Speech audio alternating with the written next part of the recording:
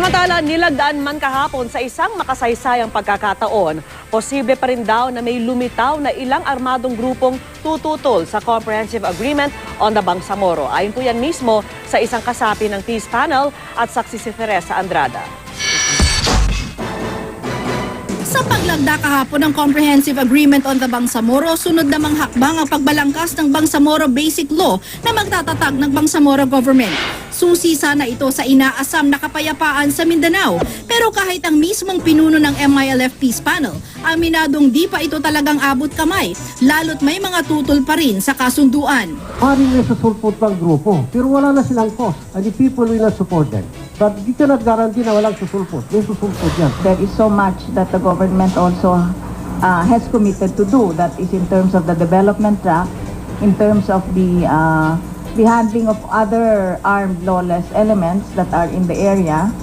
Sinigundahan ito ni UP Islamic Studies Professor Julkip Liwadi. Sa kasaysayan daw kasi ng pakikibaka ng mga kababayan nating Muslim sa Mindanao, may mga grupo talagang sumusulpot kapag ang isa ay pumapasok sa sistema. So long as the cause and the social conditions that bring forth the rise of the different movements, we can only say that there will always be new groups. Sa ngayon, aktibo pa rin sa Mindanao ang Bangsamoro Islamic Freedom Fighters na breakaway faction ng MILF at ang Moro National Liberation Front o MNLF na lumagda na rin sa peace agreement sa gobyerno noong dekada 90 pero nabigo rin. Noong Setyembre lang, nilusob ng daan-daang MNLF na loyalista ni Nur Miswari ang Zamboanga City para magtatag ng Bangsamoro Republic.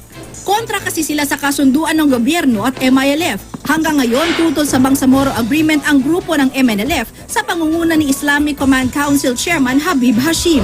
Insofar as the MNLF is concerned, in the area of the present arm or the future Bangsamoro entity would refuse to be governed by the agreement signed yesterday. Pero may ibang paksyon din ng MNLF na suportado ang kasunduan ng MILF at gobyerno. Sa Basilan kahapon, ipinamalas ng mga MNLF commander na ito ang kanilang suporta sa Bangsamoro. Sumaksi pa nga sa pirmahan kahapon si MNLF Vice Chairman Abul Khair Alonto. And I think it is not fair to support it. And that is precisely why the reason that we have to revamp the Central Committee of the Moro National Liberation Front also.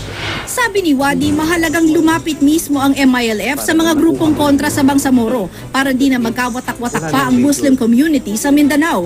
Ang gobyerno naman, dapat daw siguraduhing tutupad ito sa kasunduan sa MILF at bigyang laya ang MILF na itaguyod ang interes nila. We recognize your presence, but somehow kung pwede ba na hanggang dito na lang muna kayo kasi territory namin ito. Pwede ba habang nag-uusap kami ng tatapusin lang namin yung process, can you kindly temper? Kumbaga ceasefire muna tayo. Yes, ceasefire muna tayo. At ito naman yung pwede namin ibigay sa inyo. Teresa Andrada, ang inyong saksi.